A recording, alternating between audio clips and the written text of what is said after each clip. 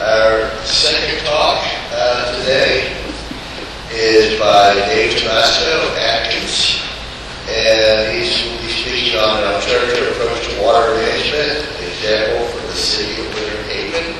Please give a big warm welcome to Dr. Tomasko. Thanks a lot. I think it's really appropriate to give a shout out to the city of Winter Haven, Britt, and Carnevale, and also later on Polk County for some of the laboratory analyses we talked about. I don't work for Atkins anymore, but a lot of this work was done with Atkins. I have to give thanks to them as well. So let's get into this. First off, that Lake Hancock alcohol treatment project is one of the neatest things that I've seen. That actually fulfills the Water Management District's WHCOL. The amount of nitrogen that's removed is equivalent to about 19 years of expected population growth in the Peace River watershed, and that's a really neat thing to see. And it's also equivalent to more than all the stormwater retrofits for the Tampa Bay line. So it's an incredibly important big project, and I think Randy's done a great job helping to bring it all together. So I'm going to talk about lakes and phosphorus and alternative ways to manage lakes, and I want to also thank Britt for several years ago giving us the ability to be creative. Many of you guys have seen this plot. This is from Eric Livingston's presentation. It shows statewide phosphorus concentrations.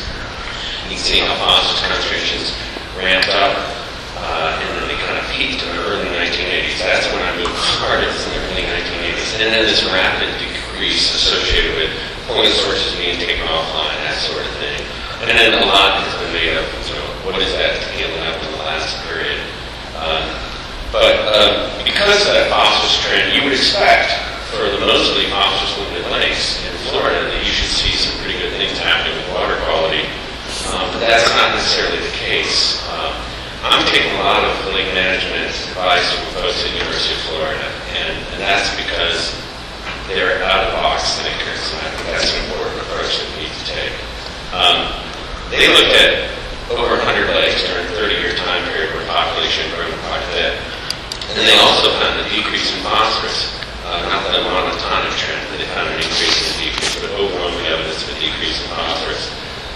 They did not find a concurrent trend of decrease in chlorophyll. So that would suggest that it's a little bit simplistic to think that nutrients alone are going to control phytoplankton levels in lakes in Florida. They didn't say that nutrients are unimportant. They said in many locations, they're being polite about it, in many locations factors other than nutrients alone had to be taken into consideration. Things like hydrolysis treatment, things like altered hydrology, things that don't fit into the typical, in the past, DEP and others management programs, which is an almost sole focus on stormwater as an issue. So the premise here is that lake management requires us to look at things other than simply, stormwater retrofits. The TMDL program is the state of Florida's primary method for addressing these water quality issues. Yet we know that hydrology has to be taken into consideration. So really, we're just saying that if you want to holistically manage lakes, you have to worry about things other than hydrology. This isn't my presentation. This is a different presentation. Weird. Whatever, let's go. I don't know what I'm doing. Well, let's see. So, whatever, I think this is a good talk, Tim. On average, Winter Haven lakes has phosphorus levels that are similar to the state as a whole. It's my fault. It's completely on me. I don't know what happened. So one of the things that's kind of funky is you have phosphorus levels that are higher than normal, you have phosphorus levels that are lower than normal, but on average you're about the same as what you have in the state. The same is true for nitrogen. But if we look at chlorophyll, and the blue line shows chlorophyll concentrations in Winter Haven lakes that are higher than the Florida average, which is purple line. So we have lakes that on average have about the same amount of phosphorus, on average have about the same amount of nitrogen, but they're much greener. So let's see why. Oh yeah, here we go. Because levels of color are quite a bit lower. So there's a lot less tannins in these lakes than what you see for the most part in Florida.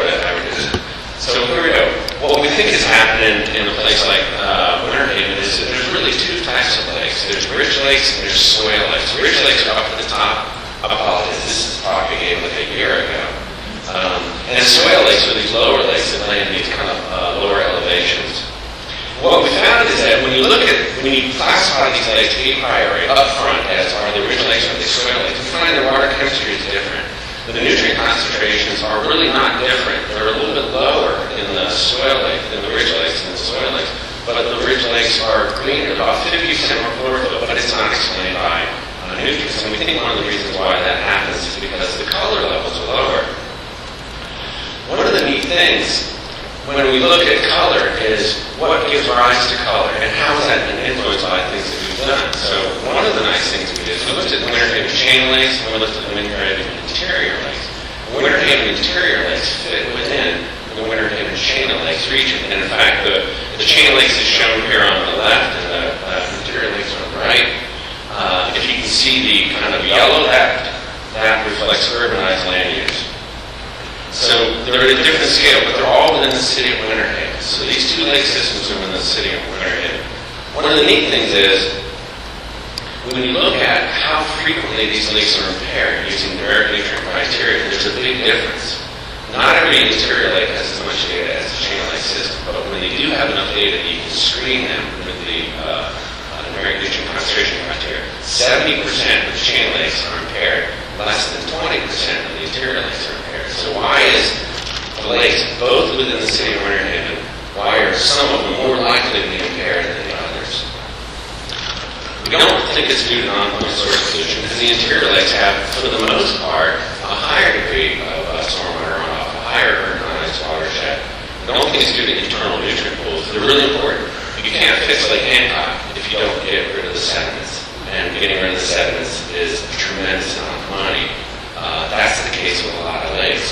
If you don't inactivate or get rid of the nutrients from past point source discharges, you can't fix the lake no matter what you do with stormwater.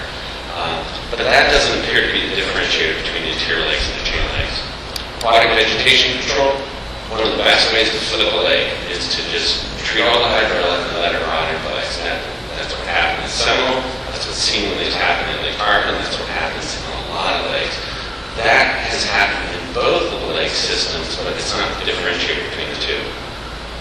What we think it is the water levels are different, and we wanted to look at that in a little bit greater detail.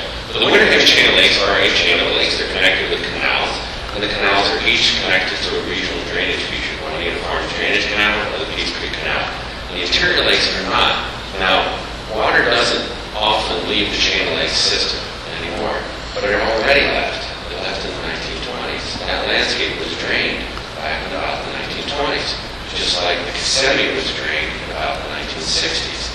So it may not change the flows right now, but it already changed the flows. It already lowered these lakes about 90 years ago.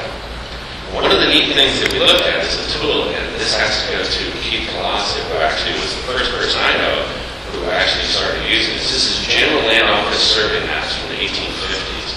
The maps themselves are not that great, but every section, township, range line in Florida was surveyed back in the 1850s. And their notes are so good, you can find individual trees. And I think Randy was with us when we did that. You can find individual oak trees that they noted back in the 1850s.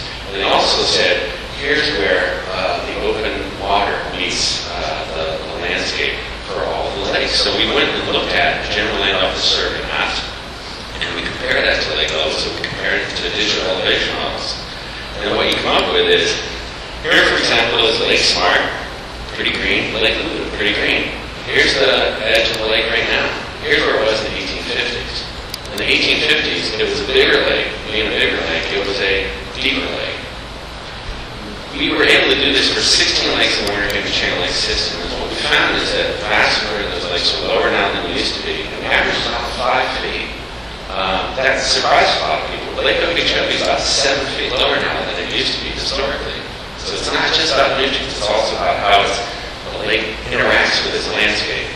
When we looked at the Winter Haven interior lakes, we didn't find any evidence of that at all. The interior lakes are not connected to each other, they're not connected to the regional drainage feature. And for the most part, they seem to be at the same level now that they used to be.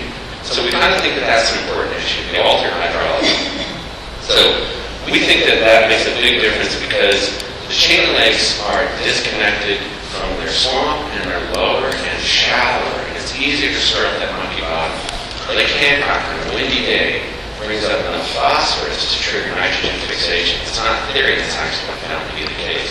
Nitrogen fixation is why the nitrogen of 6 to 8 milligram per liter, that's not from stormwater runoff, that's nitrogen fixation in the lake, fueled by phosphorus, fueled by the resuspension of the bottom material. So that's a big deal to be disconnected from your swamp and to be easier to stir up your monkey bottom. So basically we think hydrology is really important. Another really neat thing is look at two lakes that are kind of similar to each other in ways that are different than how the typical lake management paradigm is set up. If you just stay in model world, and if you just kind of like look at things other than with real data, you would come to the conclusion that the only thing you have to do with lakes is to focus on nutrients. That's just not the case. So here we've got two lakes, Lake Henry and Lake Lulu. They're in the same channel lake system. Lake Lulu is characterized as very high chlorophyll. Almost every chlorophyll value is higher than 20 micrograms per liter. But its phosphorus levels are, for the most part, lower than Lake Henry. So Lake Henry has got lower chlorophyll. Probably any chlorophyll exceeds 20, but it's got more phosphorus. So you've got the lake with a high chlorophyll, but it doesn't have the high phosphorus. You've got the lake with a higher phosphorus, but it doesn't have the high chlorophyll. What's going on? One of the things we think is going on is the amount of tannins in the lakes differs dramatically. Lake Lulu's got about 20 platinum cobalt units, and Lake Henry's got about 225. So there's a big difference. Tannins matter. The interaction of lakes with their surrounding swamps matter. Hopefully, this next slide. Yeah, cool. All right, so it's not that different. So the thing is, where did tannins come from? That was a big effort from the Charlotte Harbor NEP a couple of years ago. We actually looked at a combination of GIS and water chemistry, and we tried to figure out the same thing. Where do the tannin levels come from these lakes? And it's not a perfect fit, but what we find is that the only landscape feature that explains the lake-to-lake variability in tannin is the percentage of the shoreline within a couple hundred feet of forested swamp. It's not orange groves, it's not suburban landscape, it's swamp. But here's the neat thing. The big difference between Lake Henry and Lake Lulu. Why does Lake Henry have high tannin levels with 30% forest oil and Lake Lulu have low levels? It's because they're not the same. You got to get out of your office, you got to get into these lakes every once in a while. And the swamp, the Lake Lulu is not a swamp. If you get out of the lake at the edge of Lake Henry and you go into the swamp, you're in waist deep water. If you get out of the lake at the edge of Lake Lulu and get into the swamp, you're walking uphill into a base swamp that has pine trees moving into it. And the reason why that difference is this guy right here. This canal lowered this lake level probably about 90 years ago. It's disconnected from the swamp. If you want to bring Lake Lulu into a non-impaired status, probably the thing you have to do is focus on that wetland and get that wetland influence back into that lake. Lake Lulu has had its TMDL obligations. It hasn't changed. It's still impaired. It has no evidence of improvement in water quality. Lake May and Lake Shipp have met their TMDL obligations by threefold. And they haven't changed either. So I guess the point here is think outside the box, question things, don't just use the typical approach to lake management driven by fluid loading model, water quality model. Get out there and actually know your lake and spend some time. Don't worry if it's not a model component if you're thinking out of the box, because the approach that we've taken in the past hasn't worked, so it's time to try something different. Also want to give a shout out. DEP had a workshop up in Bartow in Monday, and DEP is much more open to this sort of thing, I think, than they used to be. And all credit to them that you now try this sort of non-traditional things, because it's in the flexibility that they now allow, because the old approach just simply wasn't working. So, a stormwater retrofit, it's not going to address an issue like this. This is a connection between Rochelle and Smart, I think, or Haynes, Rochelle and Haynes. Until we come up with a strategy to try to restore lake levels, or if we can't get lake levels to come back up because people live around the lake, the techniques to get water from the lake back into the wetland. Or perhaps is one of the things we're looking at, can we take wastewater? Rather than just dump it into the Peace River, can we dump it into a wetland that actually rehydrates and brings some of that wetland function back into the lake? So what is it about wetlands and tannins? Let me go back. So one of the things we're looking at is what do you do about a lake where you can't raise the lake level? And one of the things we're trying to look at is a more kind of creative way to approach lake management. What can you do about Lake Hancock? Cool. Lake Hancock's about 600 microgram per liter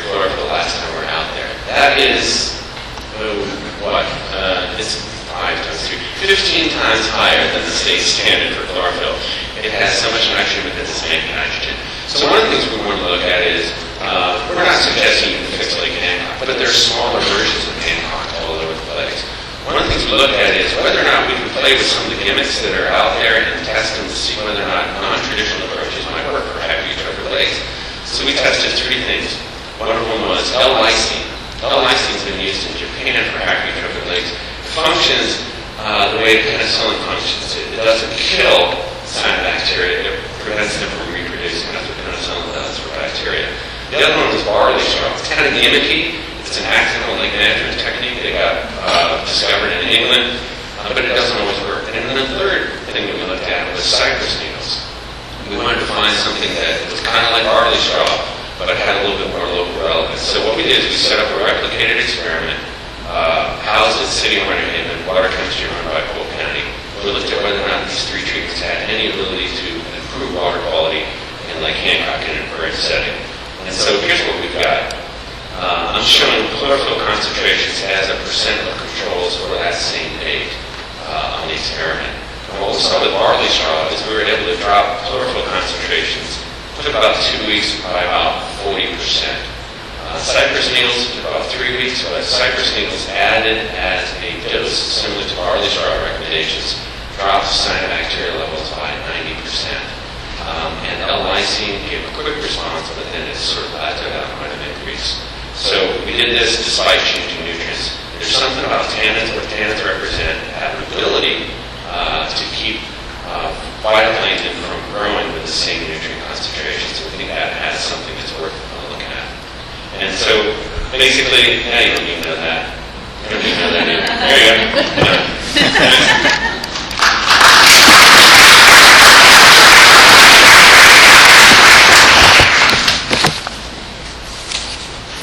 Questions? Hi. Good presentation. You talked about adding wastewater from treatment plants to raise the level. That's good for raising levels, but are there some unintended consequences in terms of nitrogen contents or phosphorus that's coming out of a wastewater treatment plant? Yeah, let me be a little bit more specific on this. This would be concept. It would only be applicable if that wastewater met DWT standards. DWT standards, which means not nitrogen, phosphorus, and 553.1 standards. That water can be discharged right now anyway, right into the ether. Wetlands that are rehydrated, treated effluent, might have an ability to further reduce nutrient concentrations and also get the benefit of rehydrating tannins in a place where you can't raise the lake level. There are some lakes where you can raise the lake level and not worry about being able to live around it. Cypress Lake is an example of that. But in most lakes, in urban setting, you can't raise the lake level. So the question is, how do I get that swamp influence back into the lake in a place where I can't raise the lake level? And it requires water. Where's that water come from? Maybe it's groundwater pumped up. Maybe it's stormwater that gets routed into the swamp. Maybe it's wastewater, or maybe it's simply water that comes out of the lake and gets cycled back into the well.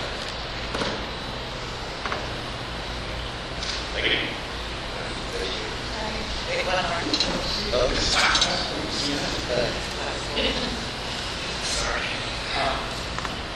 In your presentation, you said that there are TMDL obligations.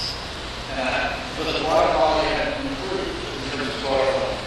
What does that mean when they have their obligations? Does that mean they built a remedy that takes nutrient oxygen? Yeah, lakes, many Shipp and Lulu have all done at a cost of $6 million. Design, permitting, construction, operation, stormwater treatment ponds that met the phosphorus-limited targets in their TMDLs. This is TMDLs today, it's a completely winning model in Boston. And they said, do this and the lakes will be unimpaired. They did it, the lakes stayed repaired. So there's no movement away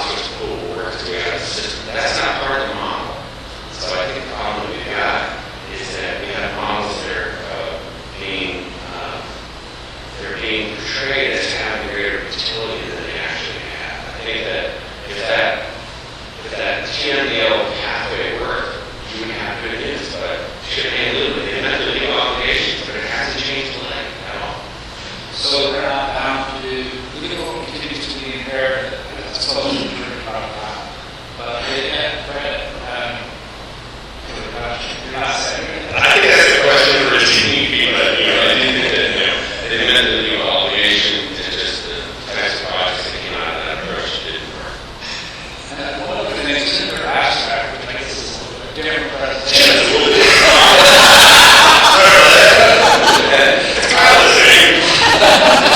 Modeling, and I got the feeling that it was some of the comments that watch out for the black box. It's kind of telling you the answer.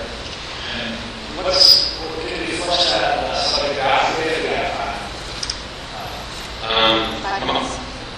My view is that we have moved away from how we used to manage water resources. We moved into a system where it's more like, put it this way, you shouldn't drive across a bridge that was designed by biologists. I don't think you should implement a TMDL that was developed by an engineer. I think we need to have more science involved in these other things. And I think, personally, that some of these models are really overly complex. We're doing some questions right now. We have, for example, in some of these models, we have 20 rate coefficients that have never been measured that are the basis for a model. I don't think you have to do that. DP's approach to modeling is that you don't have to use one way or another. You can use the way it works out best. But I think that's how we ended up with 3 projects that didn't work. Is because you've got a black box model, you put this in, and it says, let's do it like that. The reality is that's not how this thing functions. So I think we got away from collecting and interpreting data and just turned it over to engineers. No offense to engineers, we need engineers to build a handout, but we don't need them to tell us how to manage the handout in the first place. Design the projects, but let science play a big role in front. That's kind of all the way ahead of us. I appreciate your comments on biology. In Sarah's quantity, we used to have things like customized diluted lead in sediments. It's not a TMDL autobus. TMDL's huge program, it was modified. We have Carnevale project, and it's the concentration of the neuron varies, we're not special. But the hydrology is totally higher. It really doesn't fit into everything else. So I don't know what the rest of the state is like. We have things, like our biggest things are not really concentration related. I agree. I think, whatever is the technique for analysis makes most sense, whatever is the technique for coming up with projects makes most sense. Like I think about algal treatment remarks is based on geology. The geology is not based on water quality at all. Geology is based on the evidence of the anthropogenic portion of bottom water composite increasing over time based on work that was by LSU. It's not model driven, and I think it's important for people to remember how we came up with things in the past. $180 million being spent on a project that's going to do a really good job for the harbor, but it wasn't based on a mechanistic model. It was based on collecting the data and finding out where we should go with the information we have. I think You have time, but actually you did good on your time, and we're still on this time with you, Jennifer. I thought it was very interesting looking at alternate ways for lakes,